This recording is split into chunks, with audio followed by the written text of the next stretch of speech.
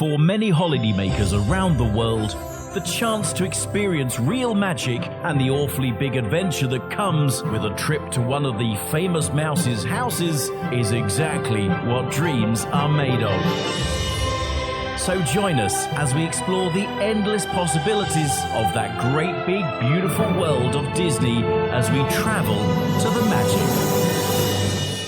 Well, hello, Disney fans from around the world. Welcome to this week's edition of Travel to the Magic for the week of Thursday, the 15th of July. It's Tom, and this week on the episode, we are going to be looking at the newest park in the Disney Empire. That is Shanghai Disneyland over there in China, which is celebrating its 5th milestone birthday anniversary this year. And it truly is a unique Disney park that really should be on your bucket list of Disney destinations around the globe to go to and visit. And so in this episode, we're going to take a deep dive delve into all the pixie dust areas of the resort, including its history, the rides and attractions and lands, how best to plan your time when you go to the park, and also those things you might want to consider before you even start the booking process, including what you might want to do when you're outside of the Shanghai Disney Resort. All of that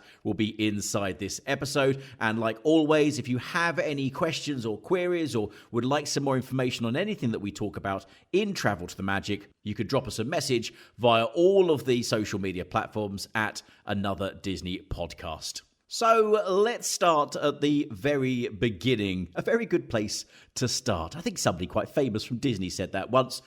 And it was in November of 2009 when the Chinese government finally approved the Walt Disney Company's concept for a park to be built in Shanghai. Now, bear in mind at this point, the company already had and still has 2 operating parks in the Asia continent already. Tokyo Disney Resort, comprising of Tokyo Disneyland and Tokyo Disney Sea over in Japan, and Hong Kong Disney Park, a solo single park on its own there in Hong Kong. Both of those, of course, we'll look at in depth in future episodes. So the concept of a Disney park coming to this part of the globe wasn't something new, but it was going to be quite challenging and would need the assistance of more local knowledge, culture and money in order to make it happen. And so in November of 2010, a full year after the approval had originally been given, the Walt Disney Company made the announcement that they had signed an agreement with the Shanghai Shendi Group to build the Disneyland Park located in the Chunsha new town of Pudong, Shanghai, and it would be part of the greater Shanghai Disney Resort. Now, I knew back when they had the opening ceremony in June of 2016, this was going to be a Disney destination that was going to be rapidly making its way to the top of my must-do Disney things in life. Unfortunately, there are things happening, as we all know, that are making plans a little bit harder to undertake. And at this time of recording, international travellers are currently unable to get into China. But for the purposes of this podcast, let's pretend we can and look at why this is a place that you should consider going to as well.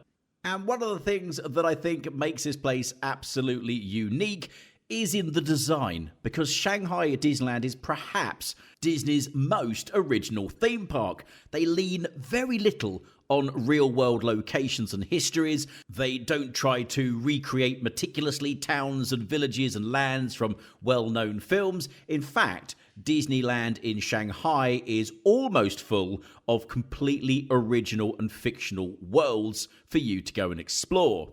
They have definitely flexed the creativity of the Disneyland brand, boldly stepping away from that original vantage point of the Waltz Americana or the Hollywood movies that almost dominates the design and aesthetic of the other Disney parks around the globe that we haven't really seen since the inception of Tokyo's Disney Sea back in 2001, which at the time was a completely new concept for any Disney park. But while they strive to be a unique destination to go to, they have incorporated some originality from Disneyland in California into the park. And I'm not just talking about some familiar rides. I'm actually really impressed with how they took the original dedication speech that Walt Disney himself made during the opening ceremony of Disneyland back in 1955 and incorporated their own twist on the words. And it goes like this. To all who come to this happy place, welcome. Shanghai Disneyland is your land. Here you leave today and discover imaginative worlds of fantasy, romance, and adventure that ignite the magical dream within us all. Now, that dedication was given by the then CEO of Disney, Bob Iger, that also included a promise to the resort that it would always be authentically Disney and distinctly Chinese, a motto that is still very much held to today, and was the underpinning message in the layout designs in the early days when they brought in a number of Chinese architects and designers and researchers to find ways to incorporate Chinese cultural elements into those traditional Disney theme park features, although many of those have been either redesigned or are actually completely absent from the park. For example, there is no steam railroad surrounding the perimeter of the park, and there is no earth barrier either to obscure the outside world from guest view. Two things that we generally take for granted will always be at a Disney theme park. Well, not in Shanghai. So let's take a virtual walk around this park and find out what else has been redesigned or actually is completely missing from Shanghai Disney Resort. And you'll notice a very big difference from the first step you take into this park, because there is no Main Street USA. In Shanghai Disneyland, it is known as Mickey Avenue, and it's an area that's inspired by the personalities of Disney cartoon characters like Mickey Mouse and Minnie Mouse, Donald Duck and Chip and Dale, as well as several Disney films like Ratatouille, The Three Caballeros and Lady and the Tramp. And you'll also find an alternative to the partner statue. In fact, in Shanghai Disneyland, it's called the Storyteller statue, and it depicts a young Walt Disney and Mickey Mouse greeting you at the end of Mickey Avenue in front of a whole new area called Gardens of Imagination. Now, normally we would come into a central spoked area, a hub for all the different lands with the castle in the middle. Of course, Shanghai Disneyland is different. It is still the hub of the park. It just doesn't feature the castle, but what it does feature is 7 Chinese gardens with each of the 12 animals of the Chinese zodiac being represented by Disney characters. And also in the Gardens of Imagination, you will find traditional attractions like Dumbo, the Flying Elephant, and Fantasia Carousel, along with new attractions like the Marvel Superhero at the Marvel Universe Meet and Greet Pavilion that features, you guessed it, Marvel characters. Now, there's also entertainment available in the Gardens of Imagination as well, in the form of the castle stage shows and the brand new 5th anniversary nightly nighttime spectacular, which is called Illuminate, and it is quite possibly my favourite of all nighttime spectaculars from any of the Disney parks. Plus, Shanghai Disneyland can boast that they have the longest parade route of any Disney parks. If you want to watch the parade, Gardens of Imagination is where you want to go and watch that from. But if they've got castle shows, where is the castle, I hear you say? Well, the Enchanted Storybook castle, themed after Disney princesses, is actually located in Fantasyland, which is the park's largest land, and in fact, the castle itself is the largest of any Disney theme park, and it features a royal banquet hall restaurant inside the castle. There's a boutique in there as well. Plus, this castle has something that no other castle in the Disney world has, and that's an attraction actually inside it. Well, technically under it, and it's called the Voyage to the Crystal Grotto. It's a boat ride that takes you past various scenes from classic Disney movies like Tangled, Aladdin, Mulan, Fantasia, The Little Mermaid, and Beauty and the Beast. Can't get that in any other Disney park. Plus, this land also boasts quite a number of other attractions, including the Seven Dwarfs Mine Train roller coaster, Peter Pan's Flight, the Many Adventures of Winnie the Pooh, I love that one. The For a First Time in Forever Frozen Sing-Along Celebration takes place in Fantasyland. You got Alice's Curious Labyrinth there too. Plus, of course, the Teapots that is also themed to the Many Adventures of Winnie the Pooh as well.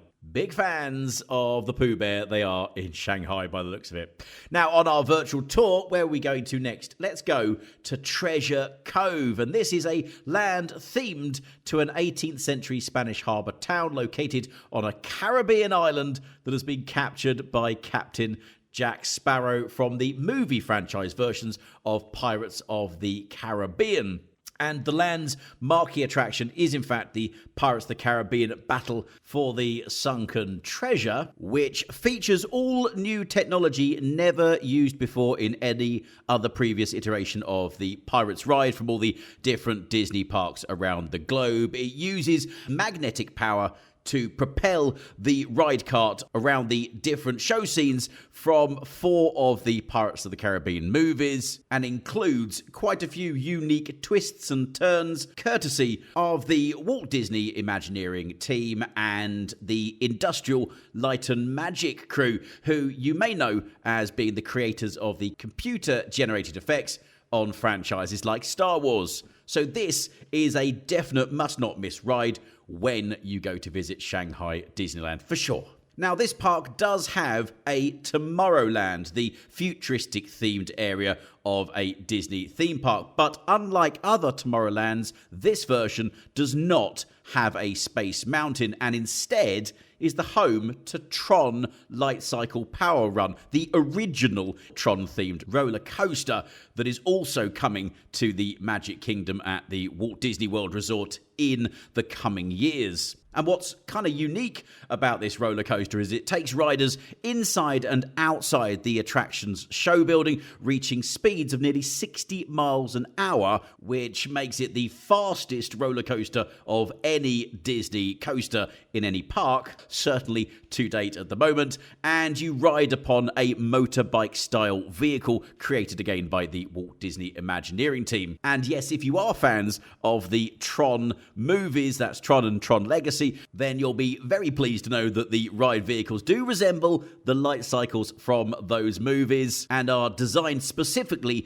to give each individual rider a very unique experience that, again, no other ride can provide them. And talking of unique, we're so used to seeing Astro Orbiter attractions in Tomorrowlands and Discoverylands in other Disney parks. Shanghai have chosen to go a different direction and have included a spinning jetpack ride instead that's a little bit similar, but obviously different to what we're used to. And also Tomorrowland includes attractions like Star Wars Launch Bay, Stitch Encounter, and a variation on the Buzz Lightyear dark rides called Buzz Lightyear Planet Rescue. And that's kind of a nice segue into the last land and the newest and first expansion to happen at Shanghai Disneyland, the Toy Story themed land that opened in April of 2018. Now, this land was actually originally planned for opening day, but didn't get announced until November of 2016, after Shanghai Disney Resort had opened,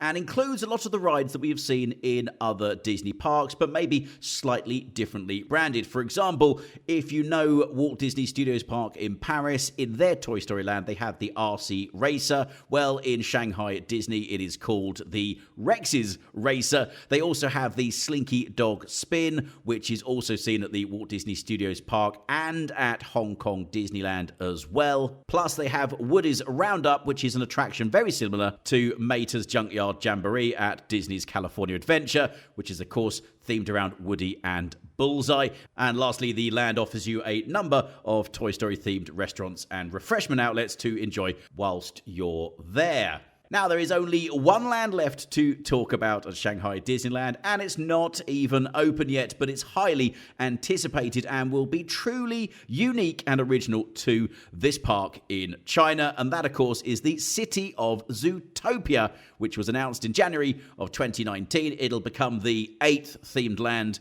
at the park, and it's based on the animated movie of the same name, and will feature a major attraction with highly advanced technology to bring the movie to life. Now, we don't know an awful lot more about what that's going to be. We are still eagerly keeping an eye on what the land is going to provide us. And although we are very excited for this new land to open, we don't have an official date just yet. It was planned for 2021, but unfortunately, the ongoing pandemic, like a lot of projects for Walt Disney Company, have been held up, and therefore this land is more likely to open in 2022. But on Travel to the Magic, we will of course keep you up to date with more news on that as it comes out. So that kind of ends our virtual tour of Shanghai Disney Resort. Although we didn't go too deep into every single ride and attraction and land that's at the park, if you want to know more about those, there are some fantastic videos on YouTube by some amazing vloggers who will give you that real in-depth look at all the different rides we've been talking about. Now let's move on to more of the experience of going to Shanghai Disney Resort and some of the things you might want to think about if you are planning this kind of magical vacation. We actually get asked quite a few questions by our customers about the Asia parks that wouldn't normally come up when thinking about maybe the US parks or the Paris park, because the perception of a different culture and a different etiquette can often be quite a daunting thought for a lot of people. So let's start with the etiquette inside the park. And if you were to do a Google search on Shanghai Disney, unfortunately, a lot of people have had negative responses. An unflattering picture has been painted of Shanghai Disneyland in terms of how people treat the park. Now, this isn't actually the experience of a lot of people that have physically gone there. They do hold themselves to the same high hygiene and safety standards as every other Disney park in the world. They still follow Walt Disney's guidance on how many bins and distance between bins there should be in a Disney park. Unfortunately, not everybody knows how to put rubbish in a bin. So if you're seeing these results on Google, scroll on to something a bit more exciting, because this happens in every single Disney park in the world. Can guarantee people drop litter, unfortunately. Just don't do it. Put it in the bin if you're in a Disney park.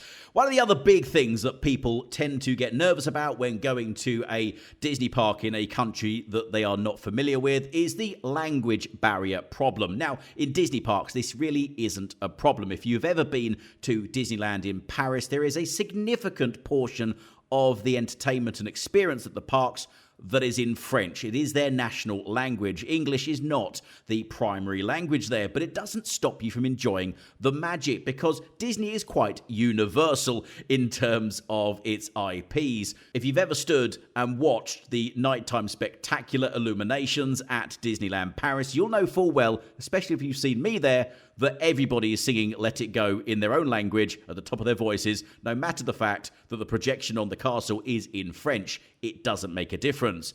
Same applies at Shanghai Disneyland Resort.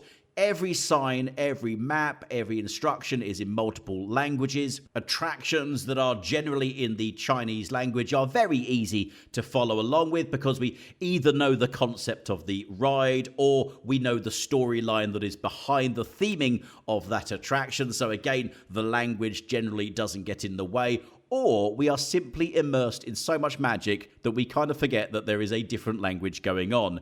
The cast members generally will speak multiple languages, so if you get stuck or have any problems and you need to go to City Hall, there will be cast members available for you to speak to in your chosen language. So don't let language barriers stop you from experiencing a very different Disney style on the other side of the globe. It really isn't a big issue. And that also goes for getting to your hotel from the airports. Hotel staff generally in Shanghai hotels and the general population of Shanghai to a degree understand and speak English. And of course, there are multiple applications you could apply onto your digital devices these days that will help you to navigate your way around foreign countries. It's not like it was back in the dark ages before we had the internet. We have apps we can use to help us when we get a little bit stuck as well. So honestly, trust me, don't let language get in the way. What else do people ask? Well, the next biggest question actually is around visas and visa-free transiting rules for China. Now, I can't specifically say for every single country that is listening to this podcast right now. You may need to go to the Chinese embassy website and see what the instructions are and the requirements will be for you as a citizen of the country that you live in. But generally speaking, most visitors to mainland China are going to need or want to apply for a travel visa prior to arriving in China. There are a number of services that are available that make it a painless process for you to gain. And the Chinese embassy themselves are extremely helpful if you just want some guidance on the type of visa or the requirements that you need, whether you're staying for a few weeks, a few days, or a few months. They will tell you exactly what you need to get in terms of visas. It's not something to be particularly worried about. It's just something you need to think about before you go. Now, interestingly, another popular question that we get asked quite regularly when talking about Asia Disney parks is, will I be able to use the internet? Well, this is actually a question for your mobile provider because it will depend on the contract or pay-as-you-go that you are on and whether there will be additional charges for roaming in foreign countries. Not everywhere allows you to roam for free, not every single contract either. But if you find that you do get stuck for Wi-Fi, do not panic. A lot of the hotels have free services available. Shanghai Disney Resort, like all Disney resorts, has free Wi-Fi, although it can be slow because of the number of people that are connected to it. But you can also rent a SIM card whilst you're in the country, and you can also purchase a Mi-Fi box, which will give you internet connection, and it can actually be delivered to your hotel as well ahead of your stay, so you can be completely hooked up and connected to your friends and family via Facebook to send all those all-important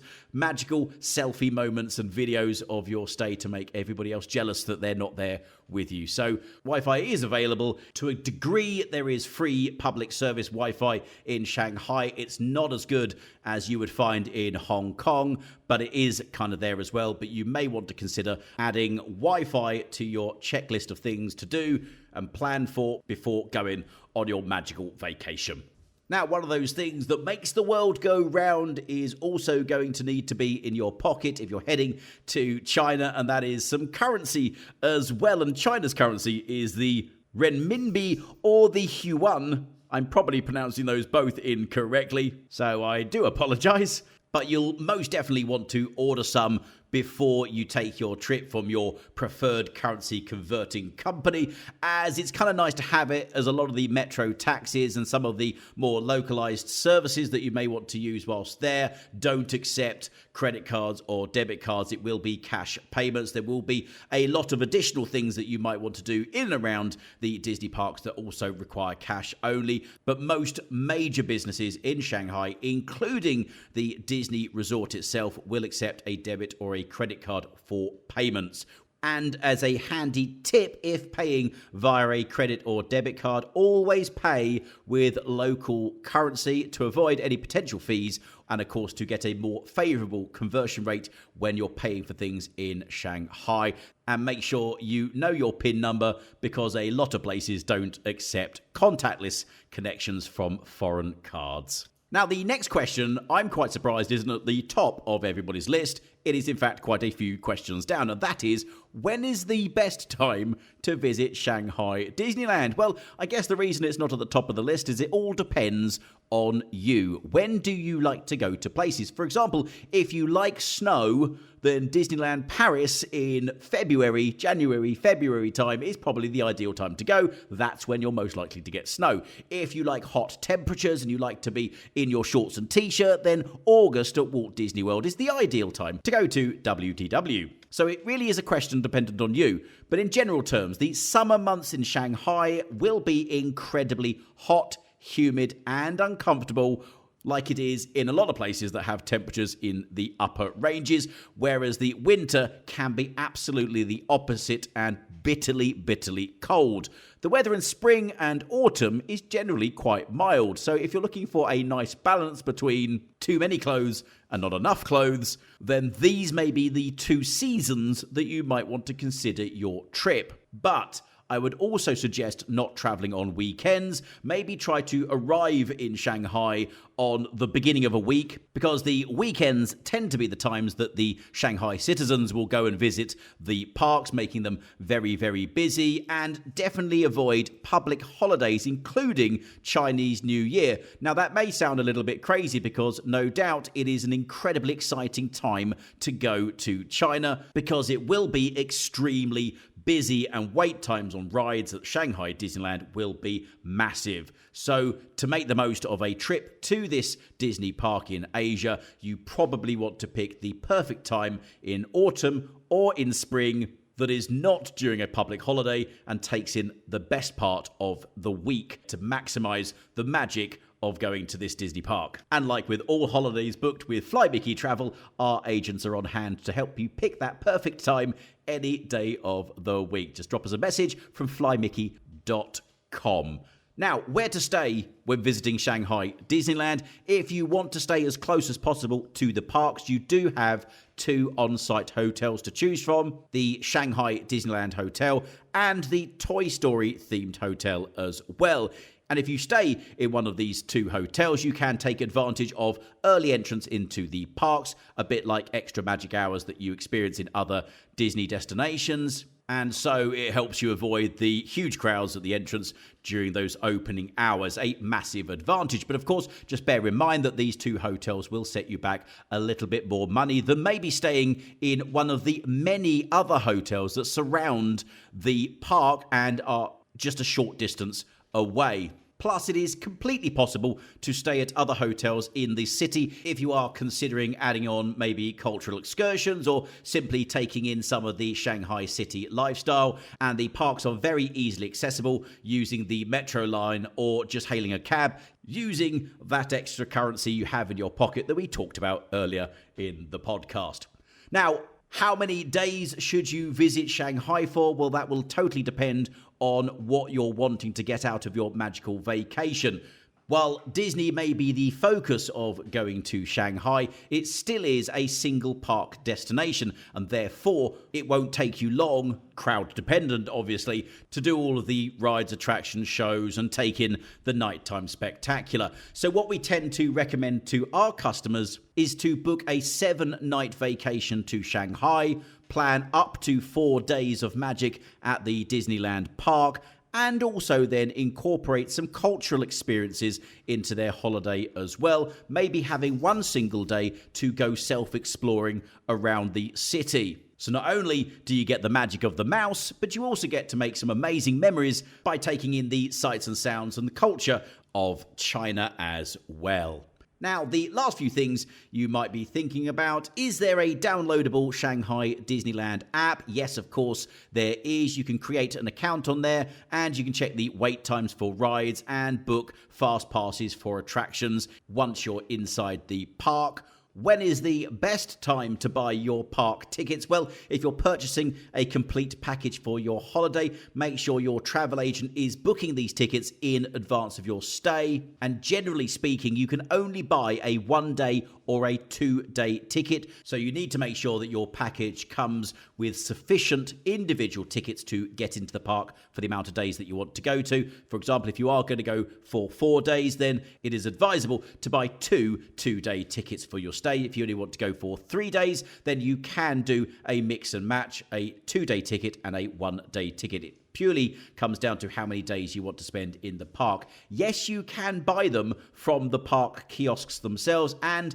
they can tend to be a little bit cheaper, but you do run the risk of not actually being able to get into the park. So we strongly suggest making sure that you have sufficient amount of tickets in advance before you travel to China, so that you basically aren't disappointed when you get there.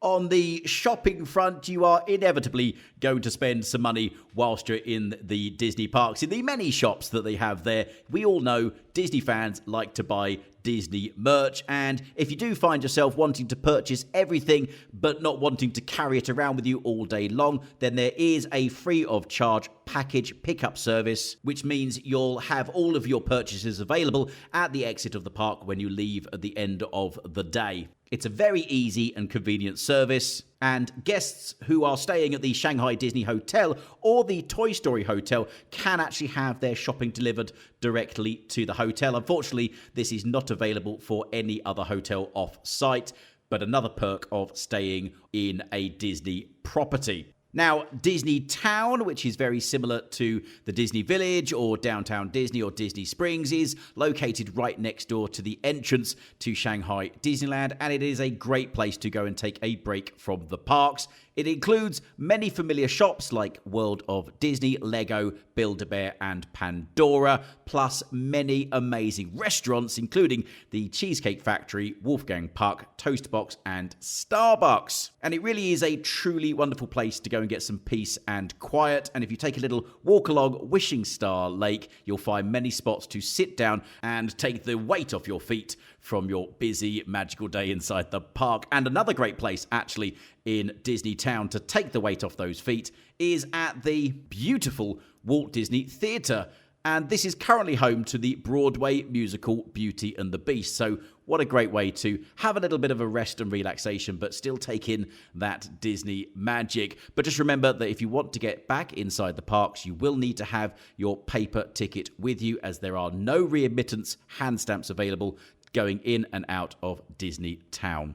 And so on to our final know before you go info about Shanghai Disneyland, and that is where to watch parades and when are the fireworks. Well, there is actually a daily parade that takes place twice a day at Shanghai Disneyland right now. It's called Mickey's Storybook Express, and because the parade route is the longest at any Disney park in the world, you can get a good spot to watch it from, even if you get there quite late. The parade starts from Toy Story Land and then through Tomorrowland before travelling around the Gardens of Imagination past Mickey Avenue and then finishing between Treasure Cove and Fantasyland. And as for nighttime spectaculars, because it's the 5th anniversary this year, Shanghai Disneyland is celebrating with a brand new state-of-the-art show called Illuminate that uses the latest in technology, including projection mapping, pyro flames, fountains, lasers, and lights that we're so used to from other shows, but they have completely plussed it and added so much more to the park to give you that all-important message about finding the magical dream of light that is inside each and every single one of us. It is truly an amazing show, and it is the only nighttime spectacular in the world that currently features Marvel as an element of the storytelling as well. If you want a spoiler alert and watch it before you actually get to the parks, there are some awesome highlight shows on YouTube for you to watch right now.